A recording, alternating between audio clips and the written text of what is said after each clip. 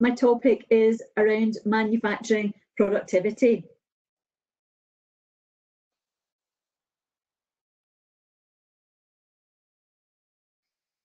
Before we get started, a little bit of housekeeping. Laura's already said that she's got the controls, so she's put you on mute. It's up to you whether you want to leave your video on or whether you want to switch that off. Since we're talking about productivity, I've got no problem if you want to be doing your ironing at the same time as listening. That's quite okay with me. But you're in control of your own video. Laura's got control of the audio. And as Laura said, there's no need to be taking lots of notes. The session is going to be videoed and it will go on the ENMIS YouTube channel after the event. So I'm going to talk for roughly half an hour about productivity in the manufacturing space, and then we're going to open up for some discussion and questions. If you've got questions as you go along, please do enter them in the chat box, which is part of the software. Okay, and if you want to tweet at all, you're more than welcome to tweet, and you would use the hashtag #ENMISinsights.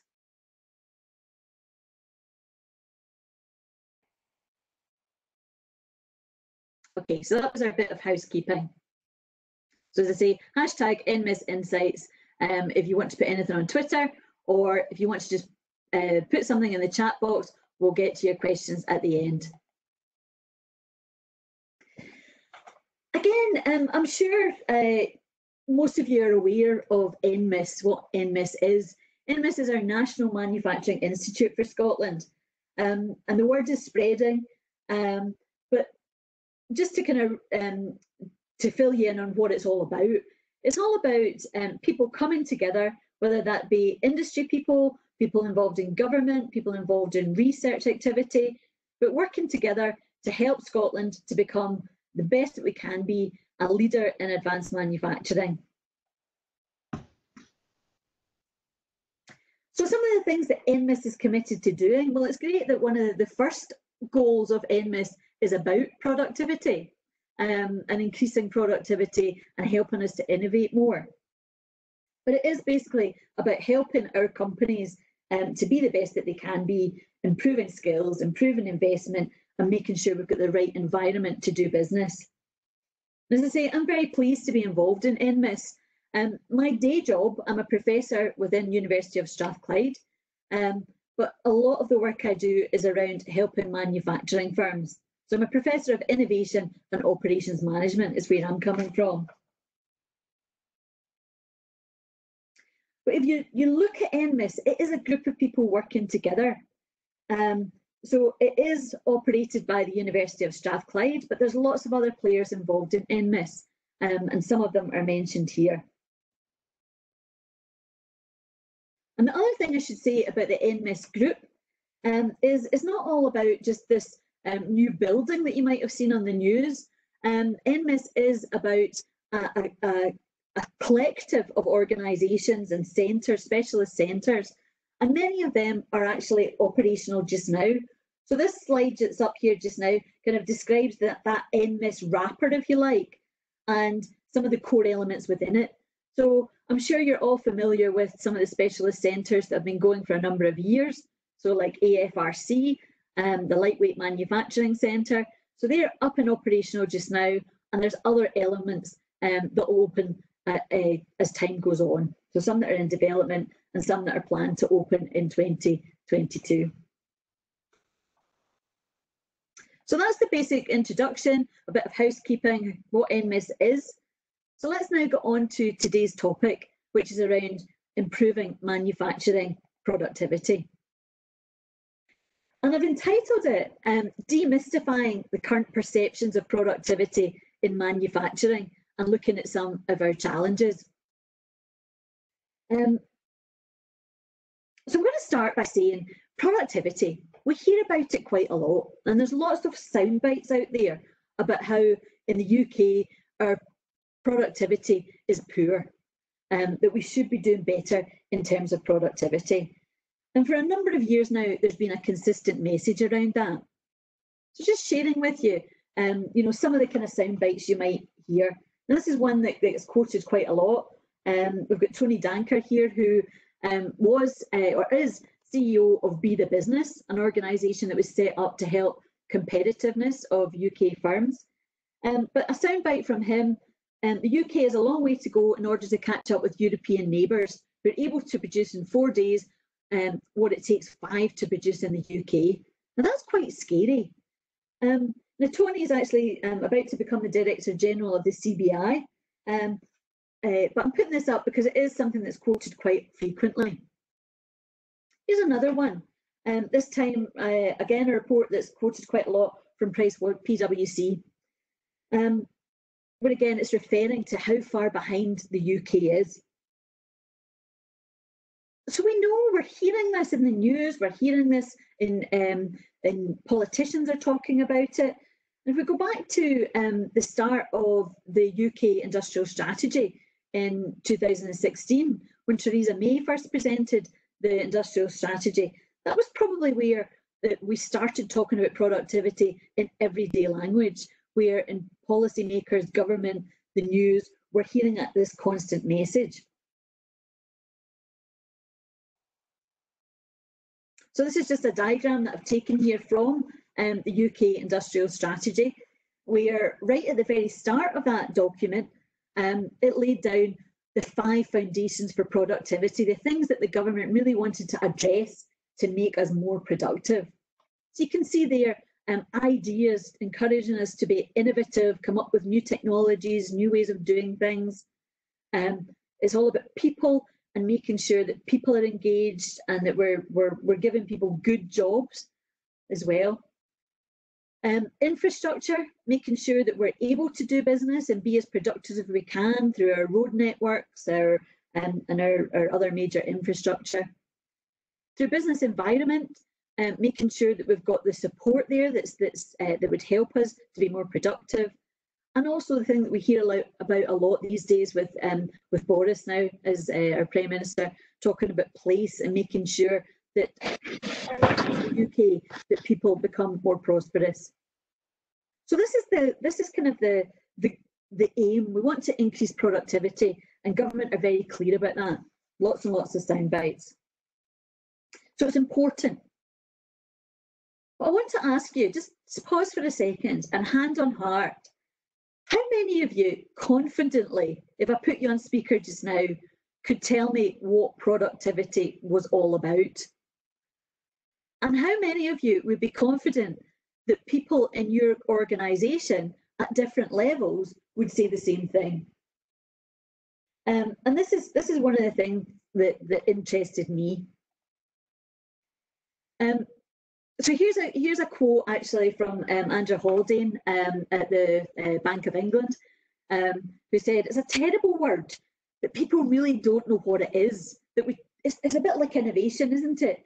We're talking about it all the time, but a lot of people aren't entirely sure what it means, or it might mean different things to different people." Now, for me, at a very basic level, and I'll have to be very clear from the start, I've already said I'm a Professor of Innovation and Operations Management. I'm not an economist, so I'm keeping this very simple terms, layman's terms. But to me, a very simplistic way of thinking about productivity is a measure of how efficient we are in producing outputs given certain inputs. So that's what we're looking at. We're looking at, it's a ratio, if you like, in some way, looking at what our outputs are compared to the inputs. We'll get into a bit more detail in a second. But we see things in the newspaper, these headlines like, it takes us 5 days to make what other countries can make in 4.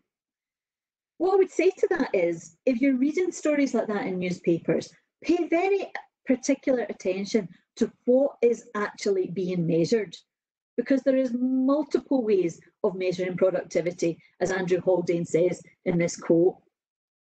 And you've got to think about what it actually means. Much of the panic that we're hearing of the UK saying that our productivity has been poor compared to other nations, other G8 nations, since 2008, really what they're looking at there is they're looking at productivity growth. So how quickly are we improving productivity? So think on that. So again, just coming back to this understanding the conversation and what it means, there is these multiple definitions. So it is some kind of measure of output compared to some measure of input. But some people are talking about output in terms of volume. So, you know, it might be that you're in an organisation that's talking about the number of cars that we produce in a day. So it's volume of product. But at other times, people are talking about value. So it's actually how much money is coming into the business or the country or whatever. And then I think you've also got to think about, if you're talking about value, what's the currency we're talking about? Are we talking about pounds? Are we talking about euros? Are we talking about dollars? And think about the various conversions that are done if you're comparing country to country and how that affects things. The most common measure of productivity is normally around labour productivity. People talk about labour productivity and total factor productivity. Now, total factor productivity is taking into account other input resources, so not just about the people, but also about how much you're putting into capital and resources. You can imagine that's quite a difficult thing to do at an aggregate level. So most of the time when people are talking about the UK and country comparisons, they're talking about some kind of measure of labour productivity. But again, think a little bit about the units of analysis that we're talking about, because sometimes people are talking about output per worker. Sometimes they're talking about output per worker per hour or per week or per day.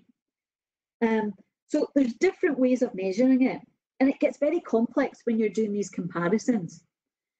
Because if you think about it, how do they know how many hours people are working? Now, most of the time when they're talking about these international comparisons, what they're really looking at when they're talking about hours worked is the kind of average of contracted hours. So many people will be aware, people around in different parts of the world have different holidays, different hours that they work. So you've got to think about that. That again, you might say that people in France and Italy have many more holidays than perhaps people in the States, for example. So we hear these sound bites, but really what I'm saying is we need to look carefully at what exactly is being measured before we get too hung up on this. So how does that relate to manufacturing companies? Well, that's exactly the question that I was asking. And back in 2018, I was at a conference with some other professors like myself, people who spend a lot of time in manufacturing firms, helping companies to become the best that they can be, to take away waste, to become more competitive, to improve their innovation capability, all these things. So I was with people from Bristol and Aston and University of York, and we were in the bar, to be perfectly honest, after the conference, having a beer in the bar at night, and we started talking about the headlines about productivity. There must have been something on the news that day. And we started to talk about, was what we were hearing in the media what we were actually seeing when we were in manufacturing firms? And then we also started to ask questions about, well, are we as bad as some of these headlines would make us think? And is it not true that there's an awful lot of companies out there who have made huge strides to try and improve themselves in recent years by taking away waste, becoming more efficient, introducing new technology, embracing digital, all these things. So we wondered, what were the conversations that were happening in manufacturing firms? And did they really understand productivity that we were hearing in the news, that the politicians and the economists were talking about? And could they relate that to their everyday business? So myself, Peter Ball, who's at York University, Ben Clegg, who's at Aston, and Pally Smart, who's at Bristol, we applied for a small grant to go and try and find out what was being talked about in manufacturing firms. And we got that grant from the Productivity Insights Network, which I've got the web address there on the screen. There's lots of fantastic information about productivity on that website. It's hosted by the University of Sheffield, and it's funded through ESRC, the Economic and Social Science Research Council. So please do visit Productivity Insights, lots of good stuff there. But they gave us a small grant to go out and find out what was being talked about in manufacturing firms. So the aims we had was to ask people, are they actually talking about productivity? And what do they mean by it? How are they measuring productivity? And what are the things that are helping and hindering? So that was really what we set out to understand. And we did this over a 9-month period, which was towards the end of 2018, the beginning of 2019. And we looked at 4 sectors of manufacturing. So we decided to look at food and drink, aerospace, automotive, and pharmaceutical/life sciences. And we were also kind of looking for companies that we thought were involved in high value manufacturing, as that's something we were quite interested in. I'm not going to go into that today, that's probably for another day. But what we did was we did interviews at different levels in firms. We talked to people at director level, we talked to people at a fairly senior manager level, and we talked to people who were supervisors, team leads, that kind of thing. And we asked them about productivity. So we did 60 interviews in total that gave us a bit of an insight. And what did we find? Well, what was interesting was we'd start off asking people, you know, do you talk about productivity in your organisation and is it important? And most people said, yes, we do. We talk about productivity and yes, it is important. But as the conversation went on, quite often we'd find people saying things like, well, we don't specifically talk about productivity, but what we do talk about is we talk about OEE, or we talk about efficiency, or we talk about cost reduction, or we talk about these things. So people are interested in productivity, they see that it's important, but it's not the everyday narrative. And I think there was something interesting in that. And we found that a lot of people recognise that there are different meanings. And one of the things that we saw was in a number of companies, there was alignment between what people were saying about productivity, what it was, what they were measuring, the things that affected it. And the director was saying the same thing as the manager was saying the same thing as the team leads. But in an awful lot of companies that we came across, the narrative was very, very different. And that's perhaps not that surprising. It's understandable because at director level, it might be that the directors are having the conversations around comparing their plant with another plant that's maybe a competitor within the same group. So that came out quite often. Whereas at the team lead kind of level, the supervisor level, many of the conversations were much more operational about issues around absenteeism, around downtime of machinery, things like that. So in some companies, there was consistent measures, there was consistent narratives, but in an awful lot of companies, they were talking about different things in different parts of the organisation.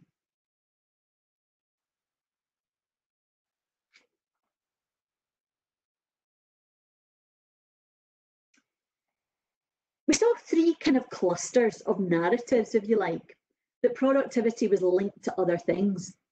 And the 3 I've put up on the screen just now. Now, if we go back to our definition of what productivity is about, it's about some kind of measure of outputs via against inputs. And what we found, there was some people that very much focused on the output, the numerator, if you like. There was a lot of people that were worried about volume, getting stuff out the door, how much we make per day, how many, X product per week, or perhaps adherence to schedule and targets. So that was the kind of narrative in a lot of firms where they were actually, what the focus was, it was about stuff going out the door. And then there was another kind of cluster of people where the conversation was much more around looking at the denominator, if you like, about how do we take out inputs. So their conversations were much more around reducing cost, taking out waste, efficiency, and so on. And then there was a third group that recognised the issue around value, that we need to be making products that people value and we can charge more for, and there's lots of value in innovation in lots of different ways. But for me personally, there perhaps weren't enough companies that we talked to in the UK that recognise this importance of innovation and value. This slide's just to give you kind of some flavours of what we saw. You know, just some examples of the companies we spoke to. In aerospace, it was quite common for people to talk about adherence to schedule, people talking about on-time delivery, people talking about standard working hours. And that's the nature of a lot of firms within that particular sector. In pharma, there's an example up there of a company that recognised that, you know, if we can do something that speeds up a reaction time, that means it takes less time of products sitting waiting for something to happen, it speeds things up, and that's good for productivity. And then there's other companies, like I think I've put up an example here of a food and drink company where they kind of know there's a drumbeat. They know roughly how many products they expect to come off the production line every day, for example. So different firms have different types of conversations. What we did find was a lot of agreement about the things that influence productivity.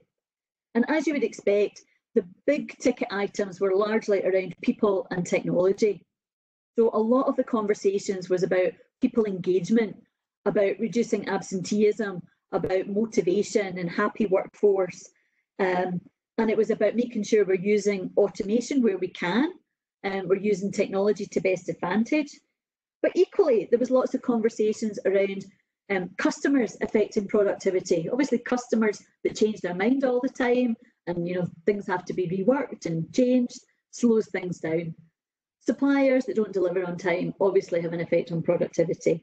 But equally, suppliers that help you on innovation can be a great help with productivity. So again, a lot of agreement about these things, and the same kind of things coming up as we saw in the industrial strategy. Also around skills and about leadership, about good leadership helping productivity. Again, we saw quite a few examples in our interviews of firms where there'd been a change of leadership and they had seen a real step change in productivity. So in terms of the project, this short project, the 9-month project we looked at, you know, some of the conclusions. I think the real thing for me is we found out that we're hearing what the economists and the politicians are saying, but an awful lot of us aren't actually aligning that to what happens in our own firms and our own day-to-day businesses. So there's an issue around that if the UK really wants to improve productivity, do we need to have some kind of alignment between the conversations that are happening in firms? Now that's one solution, it might not be the right solution. But the other thing that I thought was quite important was there was quite a lot of firms where there wasn't alignment even within the firm, that people had focused on different things. So I think that consistent message is something that a lot of firms have to work at. Now, I've already said I'm not an economist. I'm not going to go into detail. All I'm going to say here is if we were worried about productivity before COVID, boy, we've got more problems now. So we're obviously, there's the economic situation, we've got Brexit, we've got all sorts of things going on, and there are other worries. I have to say, I joined a webinar with some economists the other day there, and it was interesting the way they talk, you know, because they were talking about unemployment rising after COVID. But equally, they were saying, well, that might be good for productivity because there's a shakeout of the labour market. Now, personally, I don't think that's anything I'm going to be celebrating. But again, when they're thinking in terms of pure statistics, then that may very well be true. but I'm thinking about you know, the health of our people and the people working in our firms. So I'm going to jump on to how can you improve productivity? What does it mean for your organisation? And again, I'm following the same kind of track about the different ways, the different levers we've got of improving productivity. It could be about increasing output, it could be about trying to decrease inputs, or it could be much more about thinking about value and thinking about innovation in a different way. Now, these things on these lists here, a lot of you people will be doing these things.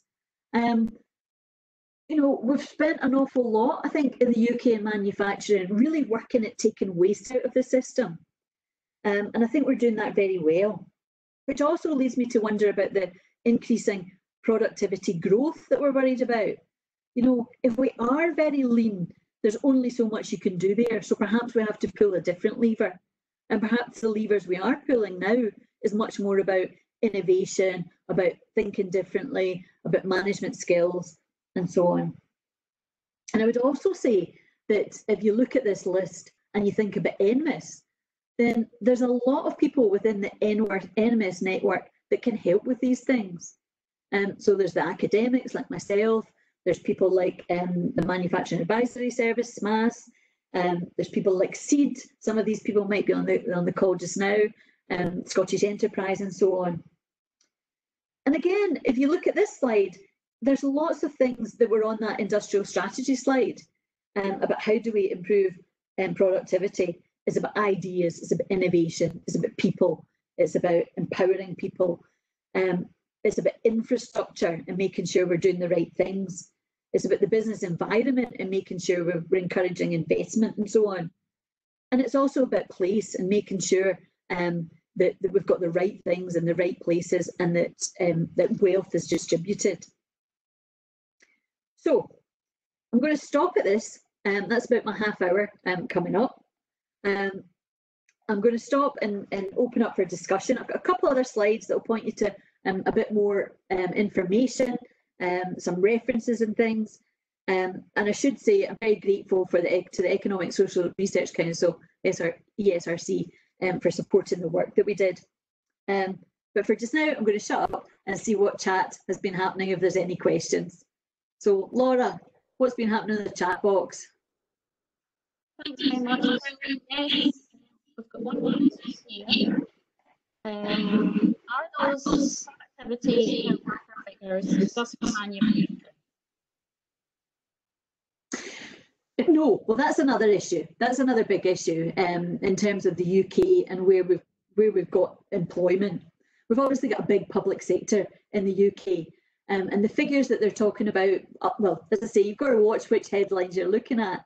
But the ones where they're looking at national productivity, it is not just about manufacturing. But you've got to be careful and look exactly what it is that they're talking about. Thank you for that, Jill. I don't see anything else at the moment. I would also add to that, Laura, I mean, manufacturing productivity is strong compared to many other sectors in the UK. And I've got a couple of reports here. I'm just going to flick to the next slide. This one here. Just some references that you might be interested in. You know, back in 2016 and then 2018, EEF did some work around productivity and manufacturing. And there's much more figures available there, but manufacturing productivity is stronger than many other sectors in the UK, I should say that.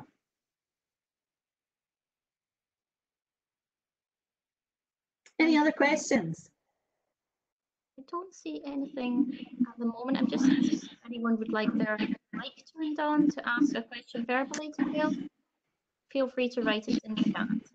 I would also love to hear from you if your organisation does talk about productivity and you feel as if you do have consistent measures and consistent narratives. Again, would love to hear about these kind of things.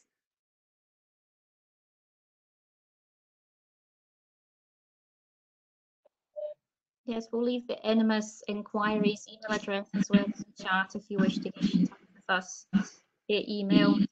ask questions on. Our experts here. Oh, we've got another question, Jill. I'll just read it out.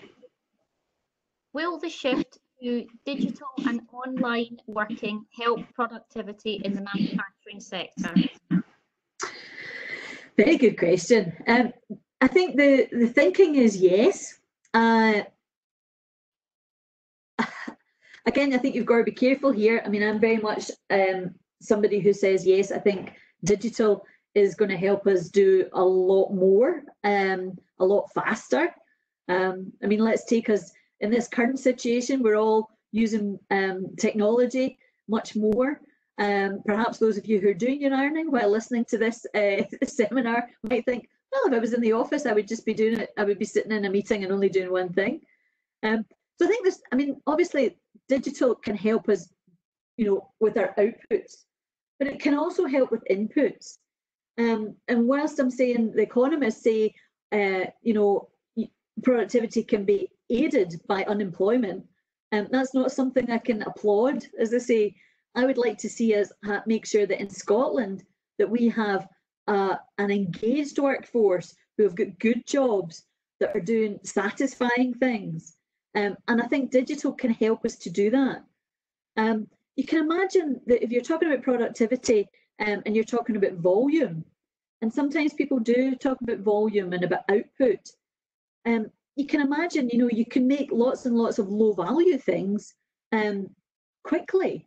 But if we actually want to work in kind of high value areas where we're making products that really are complex, innovative, high value, we maybe even need more people to be doing that. You know, so it's quite a complex area.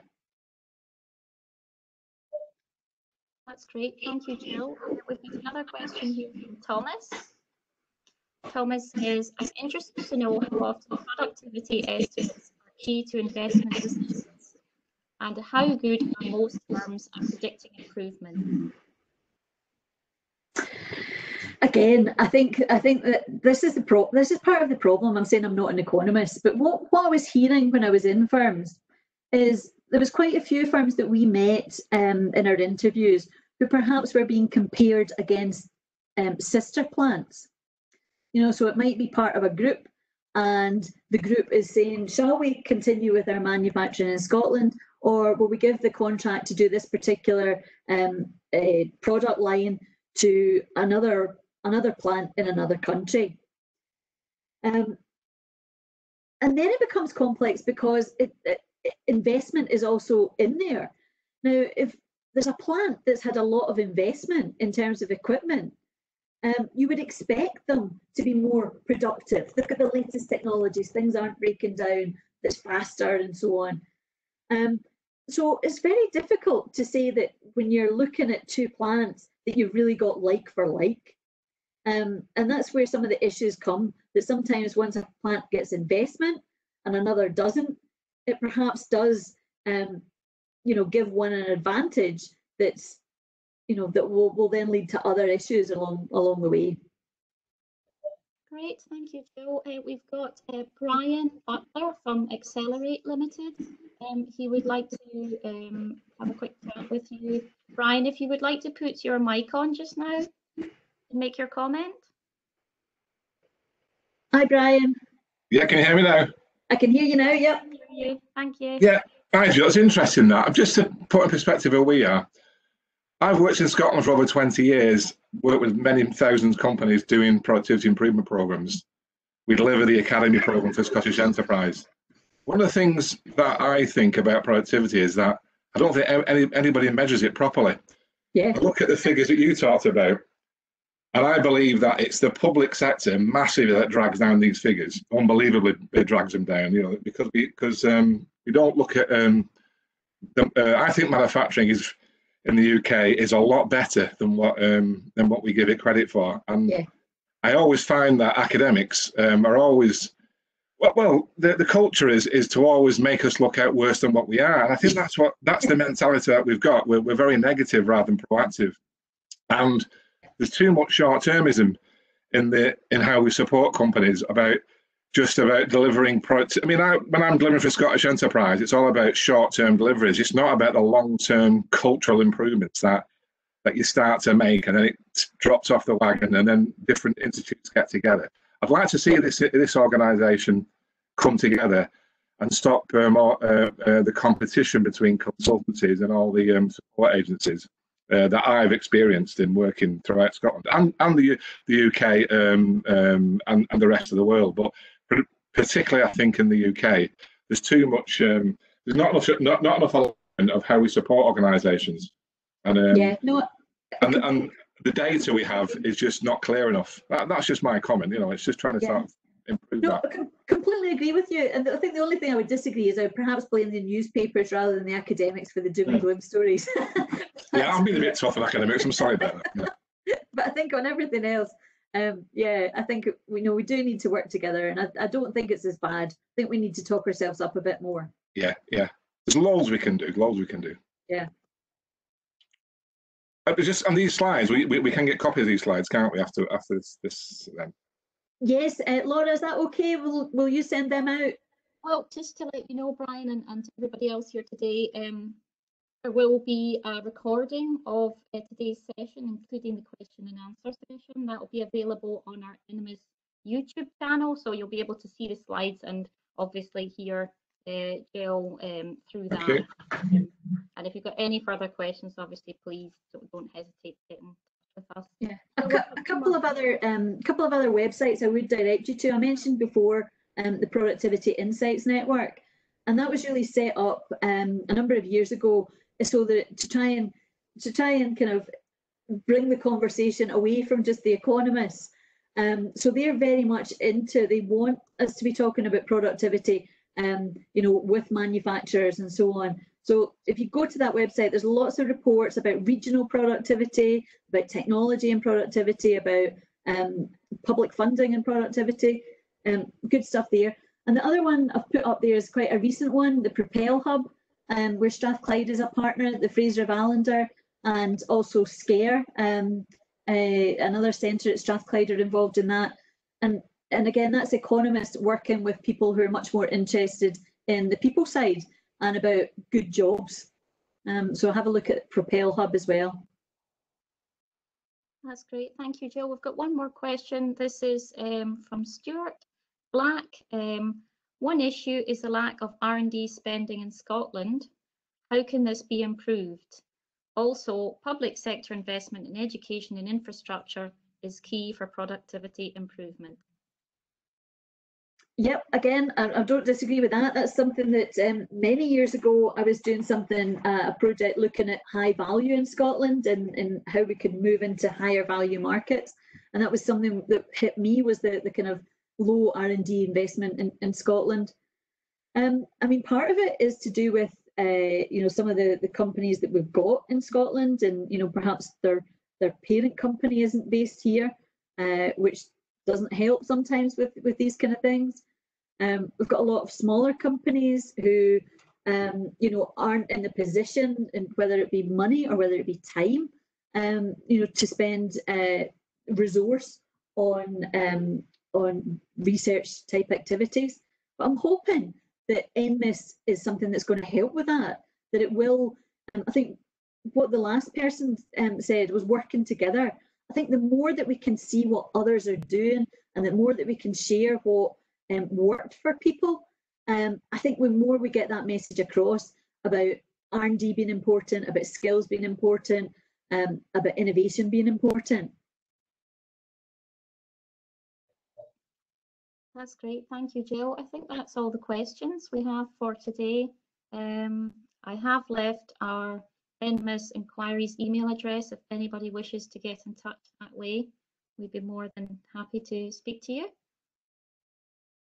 Super. Well, you've got my email as well. It's on the slides, and as I say, if you want the full report, there's lots more to what we were looking at. You can download it from the Productivity Insights Network webpage. That's great. Yes, I've put the links into the chat as well so that people can.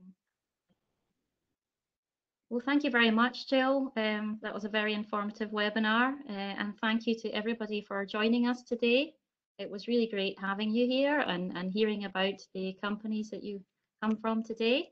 We will send a survey out shortly after we close the webinar, and it will take only a few minutes of your time. So we would be very grateful if you could complete that. And thank you for all your thank you messages coming through at the moment. We'll send a link out as well of our YouTube channel so that you can access the recording of this webinar and all our other webinars that we've held in previous weeks. So we hope you can join us again soon for our weekly webinar series, and thank you again. Thanks, everybody. Thank you, Jill. Bye. Bye, everyone.